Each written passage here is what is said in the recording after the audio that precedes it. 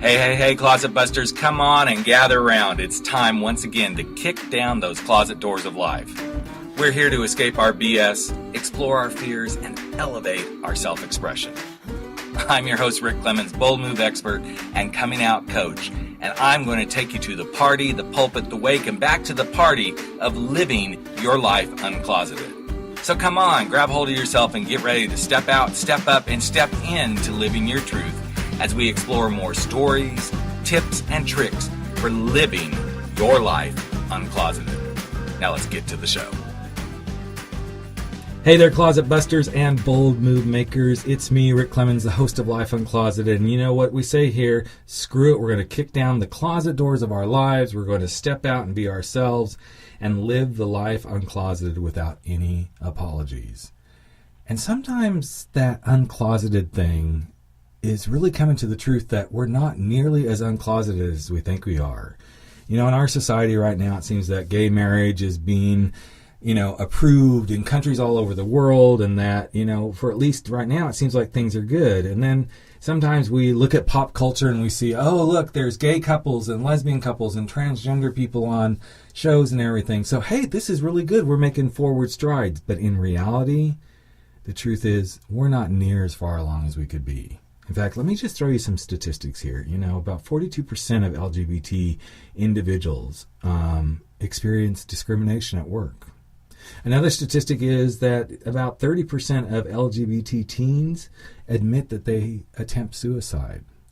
And all of these things add up. Whether you're actually directly involved or you're just hearing about them on the news, it adds up to this work is not done.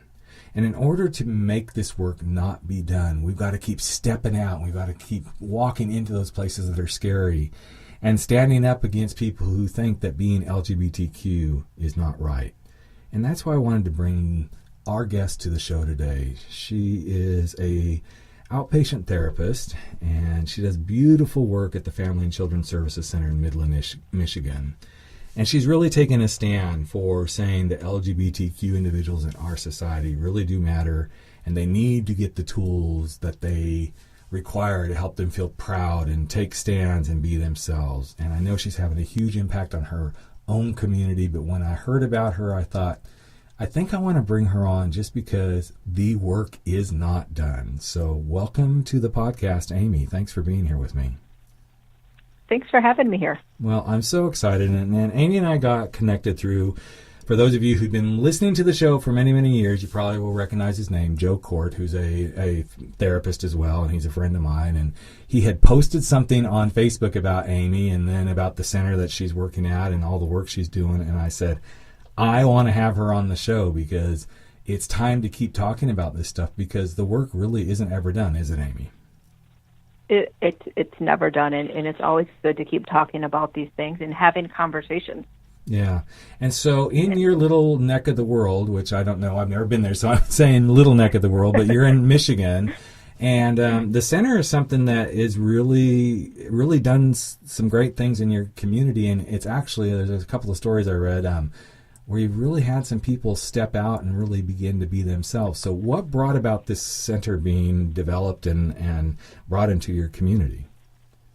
Yeah, actually, so the center, it's really much more of a bigger title. I want to clear that up. It's more of support groups, but an open conversation and a safe place for LGBT teens as well as adults to come into. So we have biweekly support groups at this point who come into our nonprofit counseling center to talk about themselves. And while we had PFLAGs and we had a social support group within the Tri-City area that I'm in, we didn't have a psychoeducational group where we did some education, provide some support, and really let LGBT adults and youth ask questions in a safe place. And so, I had worked with Joe. Joe was one of my supervisors, and started to build up a clientele of people who would come in and they'd hear about me and say, I knew that I was a safe therapist. Right. And I wanted to expand that and said, I need something more than just one-on-one. Often the LGBT community feels like they're the only gay in the village. Yep. And I heard that joke often in session. They're like, I have to be the only bi person in Midland, Michigan. Mm-hmm. And I was, and I can tell them over and over again, no, you're not. And so we created these groups, these psychoeducational support groups, to say you're not alone, mm-hmm. and talk about topics like risky behaviors. Talk about some of those numbers you threw out. Mm-hmm. The adults, 40% were targeted at their workplace. So how do you come out at your workplace? Mm-hmm. Those type of things, and the risky behaviors that our teens were facing, and thoughts of suicide. I have some numbers here in this area that seem just even a little bit higher than that. Yeah. And that's not a great place to be. Mm-hmm. And we can do better, and we have to do better. And that's really what motivates me. Right. So when you talk about risky behaviors, I know suicide is one of those, but what other kind of behaviors are showing up in the youth and teen arena that you would say is really some big stuff they need to be really made aware of? Yeah. So, some big stuff is definitely, and this is not uncommon with a lot of, cisgender heterosexual teens as well, but increased substance abuse. Mm-hmm. Sometimes they feel a little more comfortable with those risky behaviors, or sexual activity, unprotected, those type of things. We do have a higher dropout rate for LGBT teens, and we have an increased homelessness rate for LGBT teens, which is not always on their part. At times we'll have families that will kind of kick them out and things like that. Right. Well, and it is very big. I know I was involved in a youth shelter in my last city that I lived in, and it was just heartbreaking to hear these kids' stories. And any given week, pretty much any given week, when I'd go to do some of the work I did there, I could count the numbers. We could take in about, I guess at one point we were able to take in almost 50 kids at a time. And whether it was 10 or whether it was 50, I could just about go 1, 2, 3, 4. Okay, you're probably LGBTQ. And never, ever, ever was I off. Because they're either throwaway kids, they're runaway kids. They feel like they are the only gay in the village, as you said. I love that. Yeah. Because this is what's still happening in society. And like I said in the intro, it's not done. We still have this to contend with. And it happens everywhere. Right. And especially those that are in the field, it's still there. There's still so much work to be done. None of my colleagues or friends say we're ever going to be done with our job in our lifetime. Right. We think we make steps forward. Mm-hmm. One of the other bigger things that I didn't tie in is in Michigan, and I don't know how it is in California. I could look up the numbers, but human trafficking is a huge issue. Oh, it's huge in out here. The state of Michigan. I think we're number 2 in the country. Wow. And I think our LGBT youth become much more vulnerable to those types of situations, and it's scary, and these conversations have to continue to happen. Yeah. And I don't know if the listeners who aren't really familiar with the numbers, but the human trafficking piece is it's scary, it's sad, but you have to kind of put it into context of, imagine yourself as a young teen who comes out to your family as LGBTQ. Most of the time it's a lot of I don't know that the B gets as much of a get out of the house as others, but we're going to put everybody together there. And you're 14, you're 13, you're 16, maybe even 17, 18, 19, whatever it is, but you're thrown out because of who you are. How do you survive? Sure, you can couch surf for a little while. You may be able to find some friends. But at some point, you're still going to have to survive. You're still going to have to feed yourself and get around. And the human traffickers are very, very, very good at identifying these people in the world and drawing them in and luring them in and saying what a good life they will have and da-da-da-da-da. And then they get sucked into it, and before they know it, it's a scary place to be. But for a lot of them, and I've seen them when I worked at the youth home that I worked at, this is just what I'm supposed to be. This is how life is. And they don't know how to get out, and they can't get away. And I'm sure that's what you experienced there as well. Yeah, and then all of a sudden, they manipulate sometimes, and tell them that they're going to be loved and safe, and they start to mix up having a warm place to sleep and food as love and safety, or they're doing what they need to do to survive, and that's that's part of what human trafficking is. Yeah, it's so sad. So you are a heterosexual woman, correct? No, I'm actually bisexual. Okay, that's why I came there. I was like, I hate to go there, but there's always an interesting space when I get, go there, because I'm like, I'm not sure, but I love it when people can be so open, because this is why the work needs to be done. Right. No, that's, and it's always that awkward conversation, and it's actually a good question about, why I'm able to say that so comfortably now with you, and it wasn't always that way.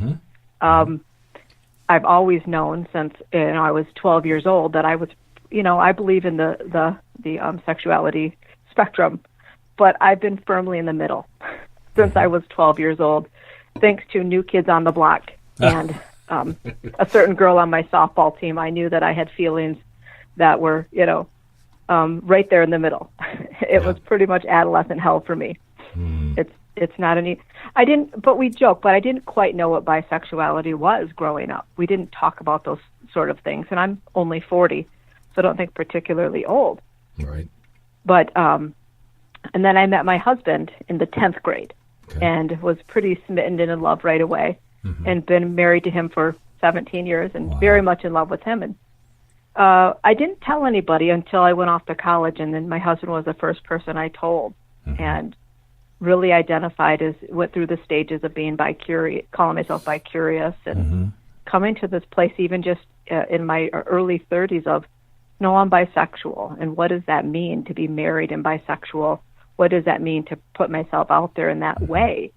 And I really thought that it was important that I do that because of our culture of sometimes bi-erasure.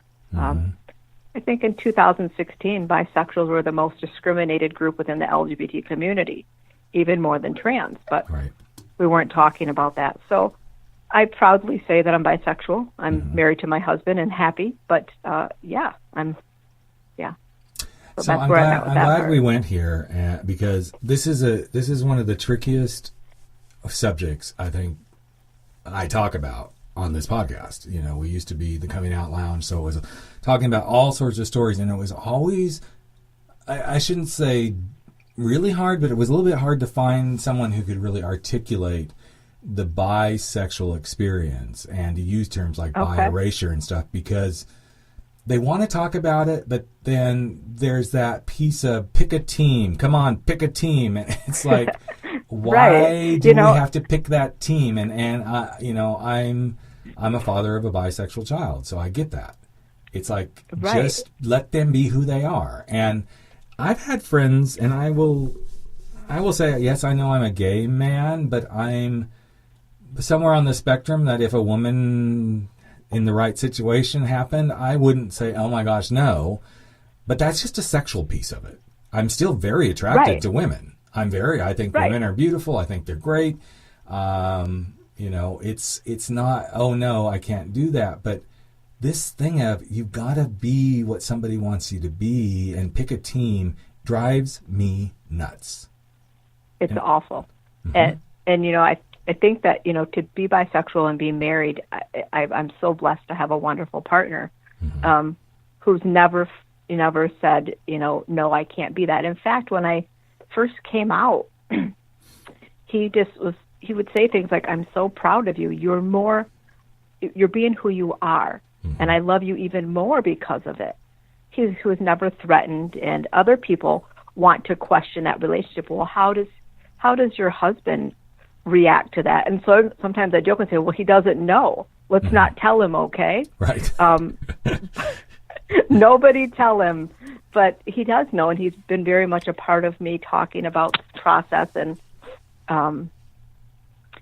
we don't have to pick a team, and even we can be more comfortable now, and I can say, oh, well, that person is attractive, and my husband can say, yeah, she's pretty attractive. So yeah, I think it's that part of society, though, that is like, you need to do this to make me feel comfortable. That's what it boils down to. And when Right. I remember when I started figuring that out, and I still remember when I first started getting comfortable in my own self around my transgender brothers and sisters, I remember going through pure hell. Because I'm like, okay, I get it. Intellectually, I get it, but I have to wrap my head around this. And once I started to go, wait, this isn't about me. This is about them. This is who they are. It made it so much easier. And even as a gay man, I was like kicking myself going, quit making this so hard. Quit making this so hard. But I know as a human, this is how we're wired. We have to get things into certain boxes, and certain labels have to be there for us to understand. Yet, that's on you. That's on you to figure that out. It's not on the person who is saying, here I am. I'm Amy and I'm bisexual. Or here I am. I'm Rick and I'm gay. They're pretty secure, even though you admitted, just like I had, that it took me a while to get there. You know, it got me. I had to get used to myself first. But when we get into these spaces, and this is why, again, why I love having these kind of conversations on the podcast, is because this is what keeps moving things forward. If you didn't say anything, and if you had said, and I would have respected that, if you said, no, I'd rather not talk about it, that's fine. But I also find that if people don't continue to put things out there where we can have dialogue around these sort of things, the world isn't going to move forward. It's going to be okay to say, let's hide this. And I think we've done that for too long. I mean, I know I did. I hid it for many, many, many years. So what have you found most liberating? Oh, go ahead. Oh, yeah. I was thinking, I can imagine once you came out, that feeling of being completely authentic with yourself. Mm-hmm. It's just amazing. And that's, that's what's been most helpful for me. I don't think that I could be the therapist I am had I not gone through my own journey. Yep. I'm not saying because I'm bisexual, I'm better at this, but because I'm most authentic with who I am now. Mm-hmm. That's why I can be a good therapist to anybody, LGBT or not in the LGBT community. Mm-hmm. I'm a better therapist. I'm a better friend. I'm a better wife to my husband. Being authentic is everything. And so when you talk about uncloseted, I really respected that metaphor. Like, yeah, I'm out of the closet. I'm authentic, and I don't have to hide the things that I was hiding in that closet with me. And I'm glad you said that, because that is the point of this podcast, even though we've kind of shifted somewhat from everything being about LGBTQ. At the core of it, the LGBTQ part of this podcast that was it for so many years. It was the torchbearer to, guess what? This isn't just an LGBTQ experience. Because once you start being authentic, then it's about being authentic in your work, in your relationships, in your friendships, in the things that you say you enjoy doing. So many of us, and I'm raising my hand here, folks. You can't see it, but I promise you I'm raising my hand. We struggle with continuing to be authentic in everyday things. But the minute you learn to start letting yourself be authentic and true, then every day can become, okay, this is where I stand. This is what I value. I value being honestly who I am. I just had a really powerful conversation with a good friend of mine who happens to be also a business mentor of mine. And we had a really raw conversation about some challenges that were going on in the services I was being provided. But it was because we both know we can be real and authentic with each other.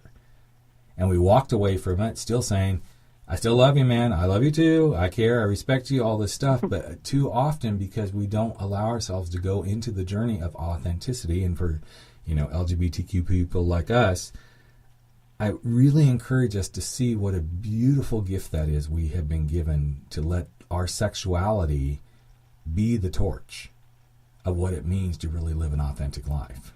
And I think sometimes our community forgets that this can be used for good in a lot of different ways. And I don't know. So tell me, you kind of alluded to it here in what you were just saying, but you said it's really made you a better therapist. And my question right before I heard you saying something was going to be, what is one of the biggest benefits that you've seen by being authentically who you are? But go beyond the therapy. What else is happening in your world when you now know this is who I am and this is how I show up? What's the benefit to you? Yeah.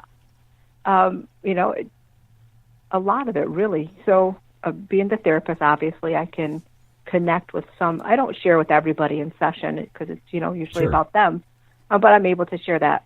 but even beyond that. So, my coming out process was a kind of a long journey for me. I, kissed a couple girls in college and realized, I'm still bi-curious, but as that evolved, realized that was just something I was hiding behind safely. And in my 30s, became more aware of who I was and started to have those conversations with people around me, including individuals from my church. And what did that mean faith-wise? Where was it? Where did I see myself in the eyes of God with being bisexual and all of those things? And got past some of those. And because of that, because of those conversations and a couple of other reasons that I don't know if we can have time to, I thought, what are some of my goals? What do I want to do? And it led me to the University of Michigan, where I wanted to work on my post-grad certification to be a sex therapist and sex educator. Mm-hmm. I don't know that I could have walked onto that campus. I don't know that I could have got accepted into the program had I not been more authentic with myself and who I was. Mm-hmm. My sexuality was just a part of the reason why. The other reasons that we didn't get to talk to are about, the safety for LGBT, the fact that we are not talking about sex to keep kids safe from sexual harm and predators, and all of those were motivators. Mm-hmm. But my own personal journey with my sexuality was a reason. And so I took that confidence and I went to the University of Michigan, which is, I think, a big school. Go Blue, right? Right. And I was like, who do I think that I am here in this program with all these other amazing people? And it was a year-long program and really, really kind of helped define more of what my own journey was, what my journey looked like going forward, and those that were around me. So but my sexuality was all part of that. Though? Yeah, but that's what I've learned, and I went through the same thing, Amy, the exact same thing. It's like, as soon as, for all the pain and everything that it caused, going through a divorce and breaking up a family in the way that we knew the family was, I didn't realize really till, I guess, about 5-6 years later, that the power of that, what I call the authenticity torch that happens when you come out, that you get handed, if you use it in the right way every day, which I don't think there's a bad way to use authenticity, but sometimes I wonder if too many people throw that around and go, oh, look at me, Right. But we do have a torch we hold in our hand as LGBTQ people that helps us begin to do this in lots of other ways. And as I've worked with clients and my own journey as well, I came to a realization that I don't want to be doing this corporate work anymore. I don't want to be in corporate America. But I had to have, in fact, I just spoke on stage a few days ago about this. I had to have that coming out journey of leaving my career and leaving an industry that I thought, this is where I'm always going to be. But I had to go through that coming out journey to say, this isn't the right career. This isn't the right industry for me to be in. And the more I practiced that, and I utilize my own coming out journey over and over and over again in every aspect of life, that's how I know I'm continuing to just fall in line, be in line with my own authenticity on a daily basis. And it's really it's a good drug. Let's just say that. I don't even like using it as a drug, but it's a good metaphor for it, So yeah, absolutely. I can just, my life has completely changed from the starting with the coming out, and that's that really, that in that 30s, that involved a relationship and a lot of hurt that kind of sucked to get your heart broke, right, or your feelings hurt, but really put in perspective who I was and what it was that I was and what I'm not also, and from there really just changing the pattern and then career-wise finding out that I sort of on the right path, but I needed to take a little bit of a turn, and having the confidence to do that, and then the confidence to go to my program. And now I'm at a place where I feel really comfortable to be able to bring these groups to a community that needs them. I feel like I'm the right person, and we had talked about, hopefully I'll start my own podcast within the next 6 months or so and be able to get my voice out there. And then my dream is for Ellen to pick me up and bring me on her show.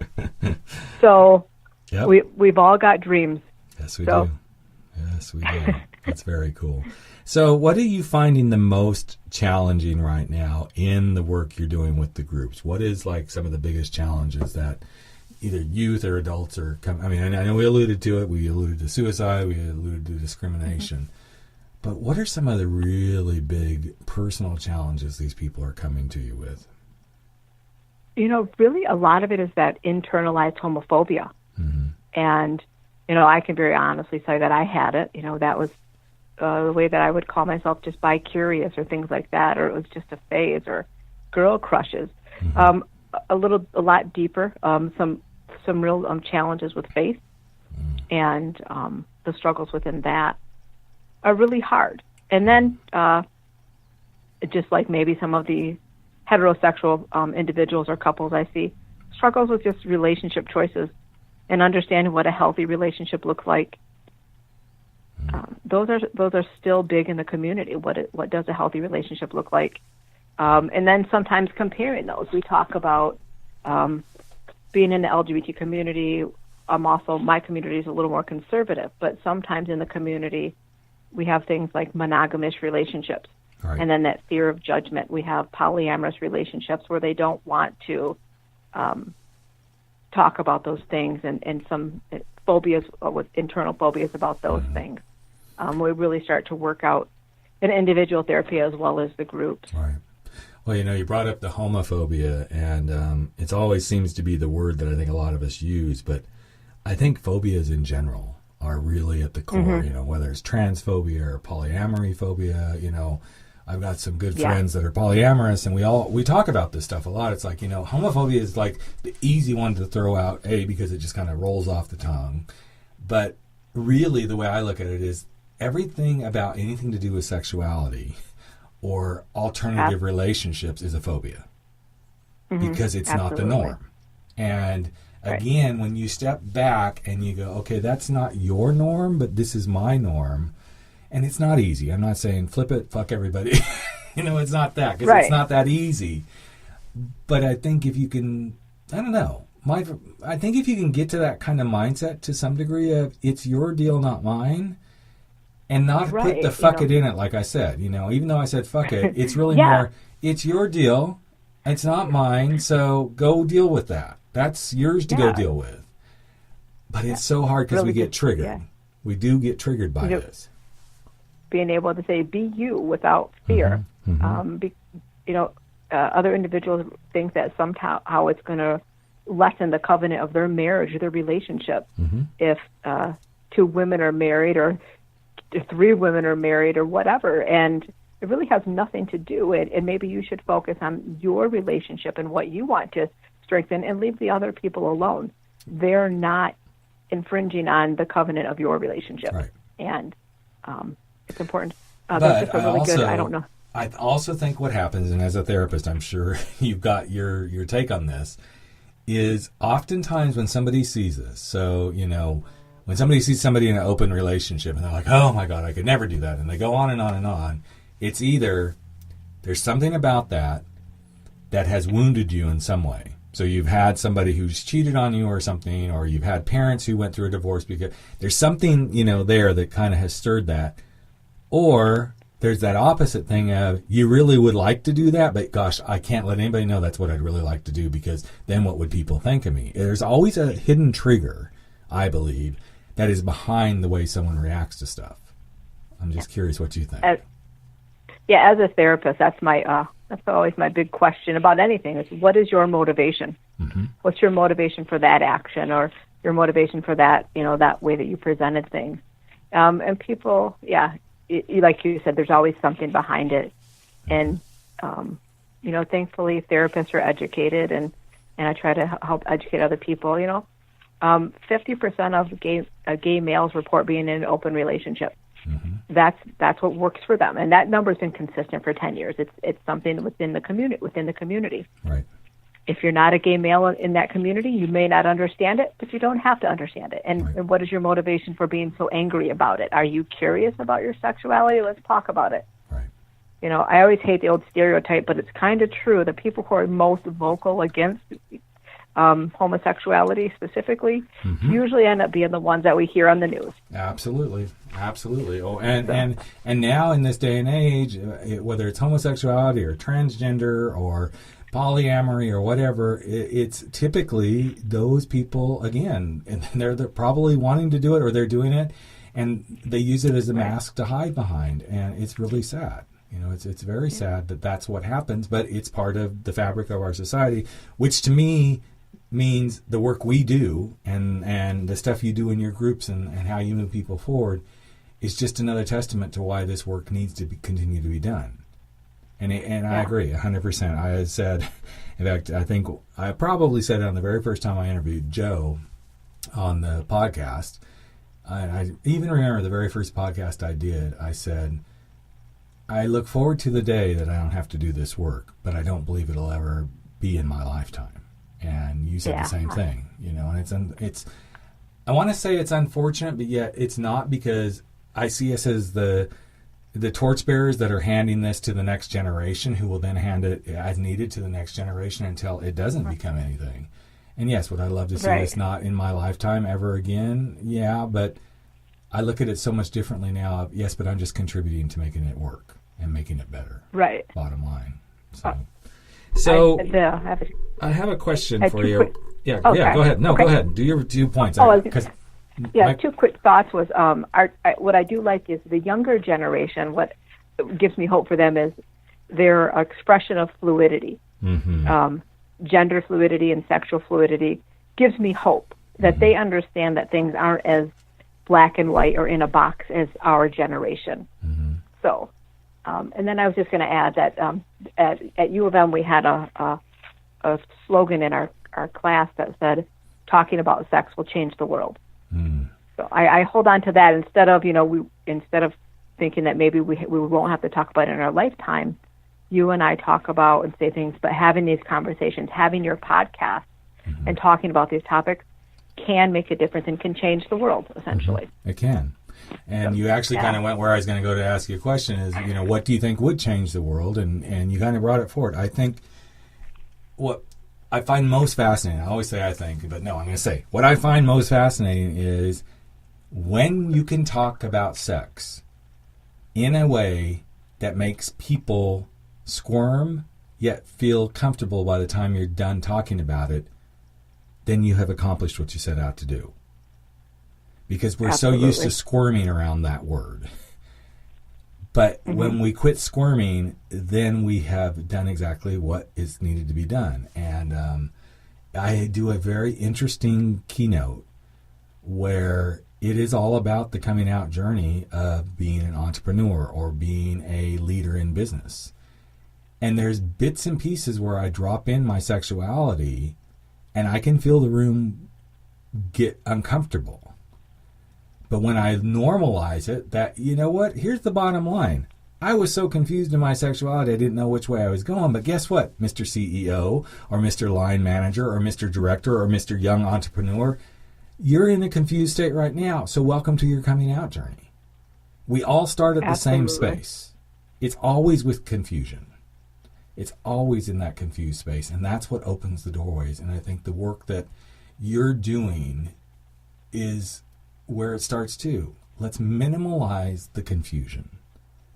And let's start to bring the courage and the confidence forward and the commitment to be who you're meant to be. That, to me, is the bottom line of all of this. 100%, yeah. So I'm curious, Amy, if you could leave one bit of wisdom for somebody who's listening, and from the work, you've dropped a beautiful stuff already, but one word of wisdom that would help someone who's like, I just don't know how to do this. What would be your advice to them? Yeah. It's okay to not know how to do it. And work on taking the first step and the second step. And then you're going to take another step forward. One step at a time. I know it sounds cliche, but it's better than staying where you're at. And then, as I talked about, be honest with which step you're trying to go. Are you trying to go backwards into the closet, or are you trying to go forward? And what is your goal? And then take those steps and find people around you that love you and support you unconditionally. Get rid of any toxic people. Mm-hmm. They're only going to hold you back. And I think people know who toxic people are. Mm-hmm. And be brave enough to make that step forward. And if you need help, there's support groups. If I have one in Midland, Michigan, which is a totally conservative town, mm-hmm. I have faith that there are going to be others, mm-hmm. whether they're online or whether they're in your own community. And if you need help, you can reach out to me, mm-hmm. and I will help you wherever you're at. I will do research and find somebody mm-hmm. or something that can help you. That's what I think Keep moving forward. That is the thing that is so powerful about our community of servers who serve, people through these journeys is, at least I haven't seen it yet. Maybe I'm wrong, but I have yet to meet a therapist or a coach who's like, oh, no. I it's all about me taking care of it. I would rather refer somebody to somebody in their own backyard or someone that they feel more comfortable with than me than for me to struggle to try to help them. There's always resources to be given. I mean, when somebody calls, and I've had some people call me from Michigan, and because Joe's in that area now that I know you're in that area, I would much rather them feel comfortable with someone, and sometimes they don't. They want to be working with someone that's partially across the country because it's easier for me to walk into what I'm about to walk into, not because somebody's in my backyard. But Amy's right. There are so many resources, and even if you feel like, as she said, that you're the lone person in the village, well, trust me, there's a lot of closet doors in that village that there's somebody else hiding behind, and just being willing to believe that there are other people there usually is the energy that gets put out to attract them to you, so you can find that you're not just alone on the island, so to speak. So, right. Absolutely. You're not alone. You're not alone. Yeah. And I like the fact, one final note, is we can't do it all ourselves as individuals. And so I am a huge person who likes collaborating and building teams. And mm-hmm. so I find other people. Yeah. We have great organizations here in Michigan. Perceptions is a organization in the Tri-Cities. We have Equality Michigan, and we have the ACLU. Mm-hmm. I have a handful of other therapists who are really good at this work, and we reach out to each other. It's not about Amy at Family and Children's Services. Mm-hmm. I do think I'm the coolest. I mean, obviously. Obviously. Obviously. And Family and Children is a phenomenal place, but we can't do everything. I need the help from the Perceptions and ACLU and Equality Michigan.